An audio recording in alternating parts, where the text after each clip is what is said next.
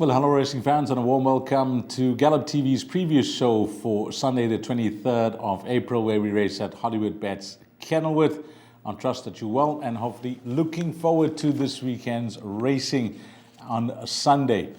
Race number 1 will kick off the exotics, which will be the start of the bar pot. They got 8 races carded, so you need to get your bets on by 12:30. Let's get straight into it for race number 1 and have a look at the field. Well, at the time of recording, there were 15 runners that are carded, and I'll give you the horses that are in single figures. Number 1 is at 4-1, number 3 at 8-1, 5 at 8-1, 6 at 8-1, 7 at 8-1, then 10 at 6-1, 11 at 6-1, and I've jotted down number 12, Glawari at 10-1, because that's one of the runners that I fancy could make her presence felt. So it's a wide open betting race. They are betting 4-1 the field. Horses to consider for the bar pot, I think Ticket to Vegas from the stable of Ricky Maingard seems to be improving and coming along the right way. You see it in a bit. That penultimate start did catch the eye when running on from the back of the field, and then last time out, I don't know if it was by design, but found herself racing up handy, and she didn't find a finish. Royals ran an excellent race on World Sports Betting Met Day in that juvenile feature behind Riscava. She didn't follow up last time out, so you can't ignore her chances on her penultimate start behind Riscava, and I think 1400 is going to suit her much better. Then this horse called Windrunner for Candice Bass Robinson. I thought that was a fair introduction. She's got plenty of scope for further improvement to come, and no doubt she is going to appreciate the extra distance. This horse, number 11, Women's World for Pit Porter, on that last start behind Spring Palace, I think she must have a chance, having tried 1400 meters last time out. I think if she can repeat that run, and with a bit of luck from the draw, she will run well. And then Glawari, Candice Bass Robinson's runner, that form line of that last start behind Blue Holly is holding up very well, with Blue Holly winning again, an unconquerable lady coming out to win. And Craig Zaki, well, he's doing some traveling around the country these days, and he's getting chances from a few big yards, and I think he could be the man for the job here with number 12, Glawari, the daughter of Water Winter. So what are we doing in the first leg of the bar pot? Well, I think numbers 10 and 14 for me look to be the principals, but I'm not going to leave it there. I'm going to include 4 horses in the first leg of the bar pot, 10, 14, 5, and 1. But in order of preference, I'm going to go 10 to beat 14. Then on to the second race, which starts off the place accumulator. And here you need to get your bets on by 13:05. It's over 1400 meters. It is a maiden juvenile plate. This is how they're betting at the time of recording. Number 3 is at 8-1. Number 4, Keoma, is at 33-10. Number 7, Lord Fairfield, is at 4-1. 8-1, number 10, Dawn Cloud. In fact, that has been backed. This betting brought to you by Hollywoodbets from 12-1 into 7-1, one of the market movers. Avignon, number 11, is at 11-2. So this race, I think Keoma, Justin Snate's runner with Richard Fourie up, could be the right horse in the race. But I'd like to just mention that if you look at this form line behind Spring Palace, the form line that I'm leaning towards is possibly the right form line to follow. There was only 2 lengths that separated the first 7 past the post, and then 3 lengths the entire field. So it was a blanket finish, and we'll have to see if that form line holds up. From that run, the best finisher in that race was number 11, Avignon, who finished second, but does have a wide draw to overcome. So I think we'll be ridden for luck in the early part of the race. But Keoma, last time out, I mentioned that blanket finish, now nicely drawn at 4. I think the draw advantage against a horse like number 11 will see this horse possibly reverse the form. And then Lord Fairfield, Candice Bass Robinson's runner, comes from that same form line, and last time out was staying on over that 1400 meter trip. But these 2-year-olds, as we've come to know, they all could improve and improve big time here, now getting to learn the trade. So 4, 11, 7 going to be my top 3 in the race. And then horse number 3, Zil Morris for Brett Crawford, also coming from that form line, gets the services of Keegan De Mello. So what are we doing here?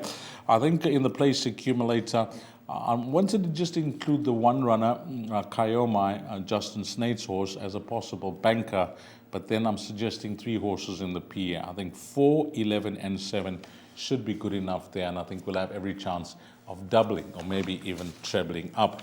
Then on to the start of the Pick 6, which is race number 3. It's the big one at 1340 over 1600 meters.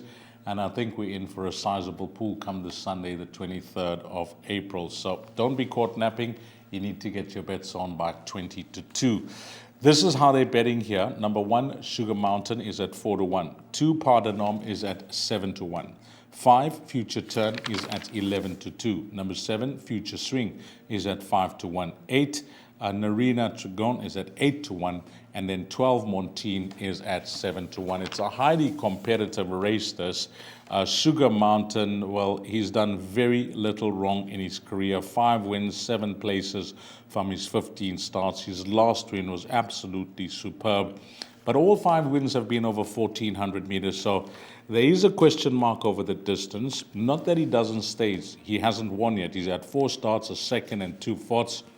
He's nicely drawn at 1, carrying 60.5 kgs on his back. Ignore at your peril. Number 2, Pardenom. A fact that he's won 3 on the bounce suggests that the ability is there in a big way, but he's been off for 4 months, so the question will always be fitness and well-being. But if Dean Karamea has his horse close to 80-90% ready, he's the type of horse that could win in this type of field. Number 4, Keep It Secret. Justin Snate's runner with Craig Zaki up. A horse that has come down from an 85 to from a 95 to an 85, and the last few runs threatening to win again. So in double figures, number 4, Keep It Secret, does get my vote in the Pick 6. Future Turn, Justin Snate's runner.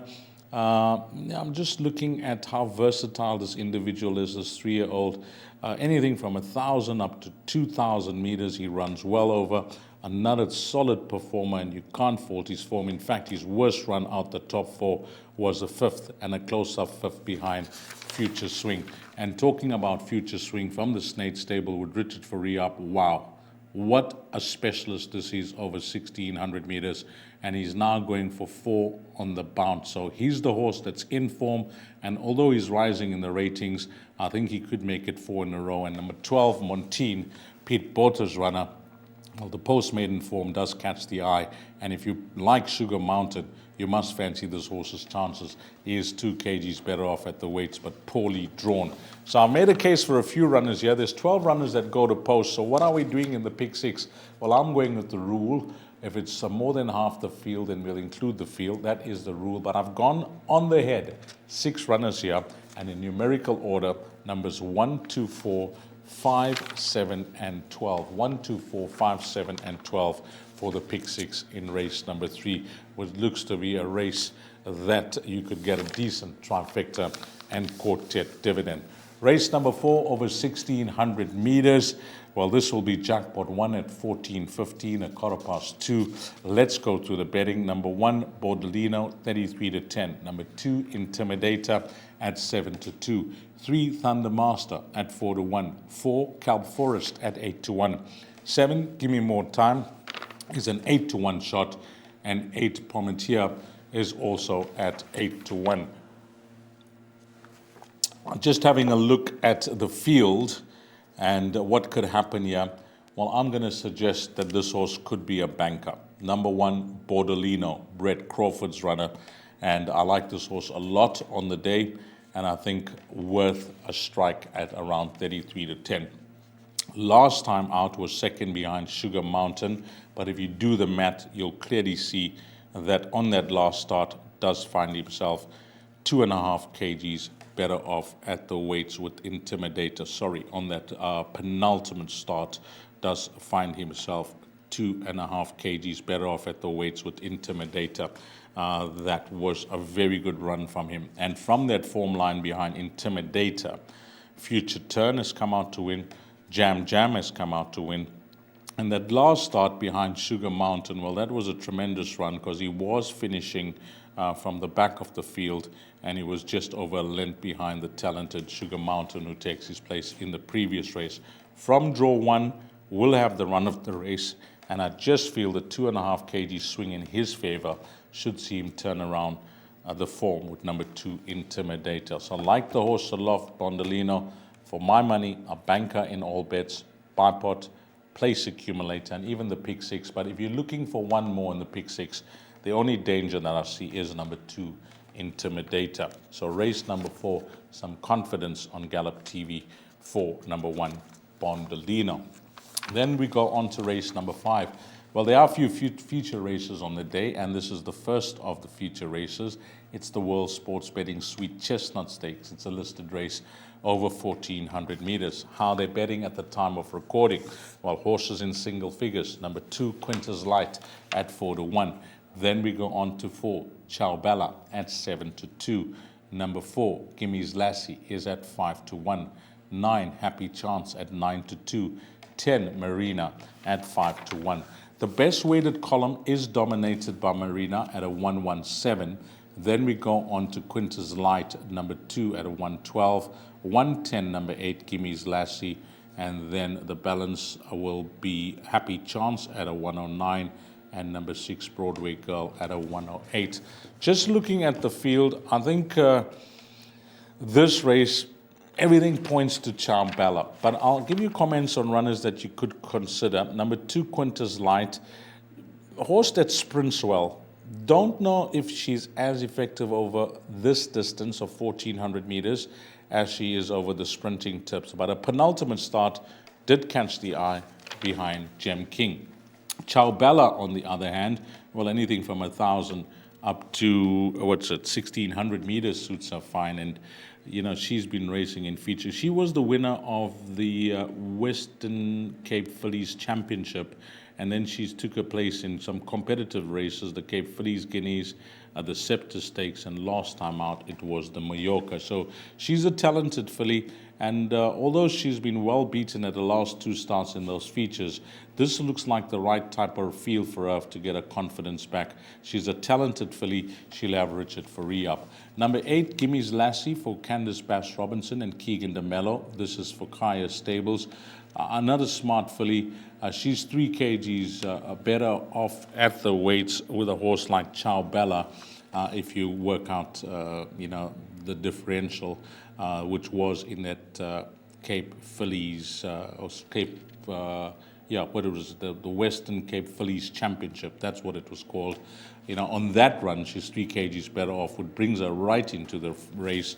Happy Chance, ignoring that one start where she was just eat out of the race behind Queen of Spirits. You can't fault her form. And then Marina, she's super talented. She runs well from 1,400 up to 2,400 meters. I don't know what happened last time out in the World Sports Betting Met, where she ran to a point and then she found nothing in the closing stages of that race. She finished downfield. She was well beaten, 5.5 lengths back in that 15th position. But I think that she is very capable on her day, and she'll be looking for a decent pace in the race because she's not one that's going to be hustle and bustle. She does find her feet late. She enjoys coming from off the speed, and against this type of field, she wouldn't be a surprise winner here, number 10, Marina.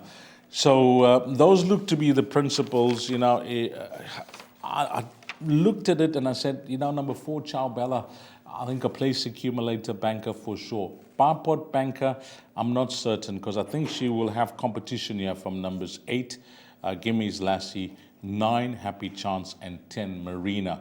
So just work around those numbers. But for the pick 6 in numerical order, 4, 8, 9, and 10. But I'm definitely in the corner of number 4, Ciao Bella, as an each-way selection. That's priced up at 7-2.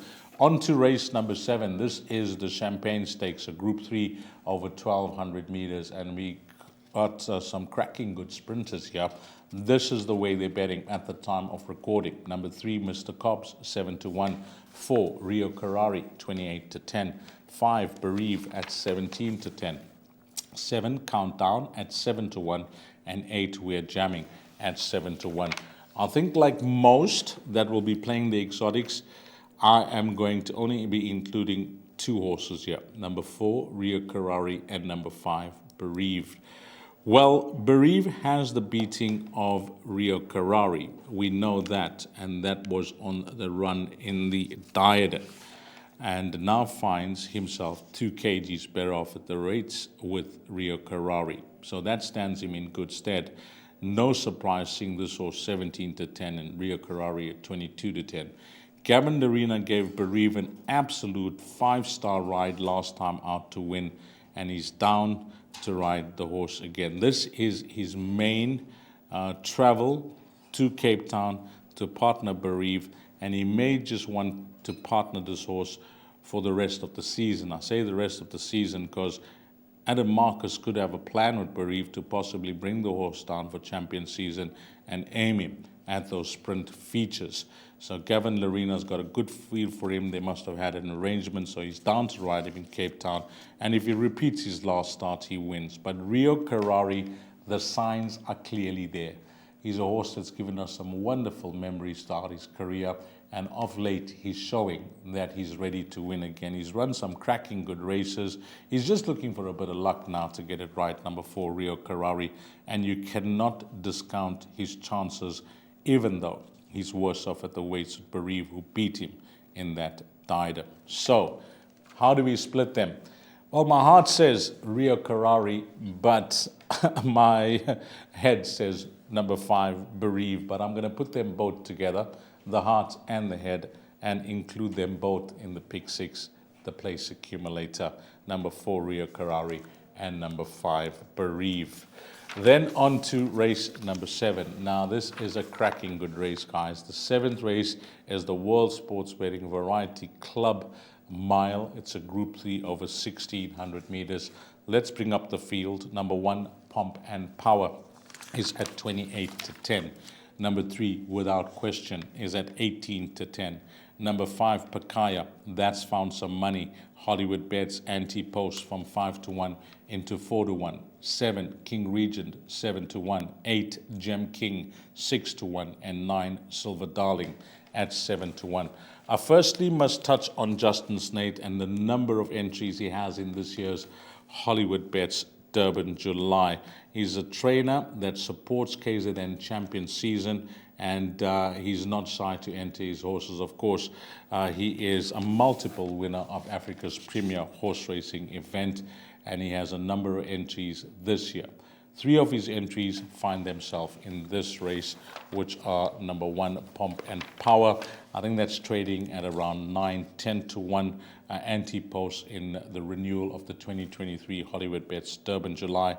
Number 3 is currently trading at around 22 to 10, 20 to 1 to 25 to 1, depends where you're shopping around.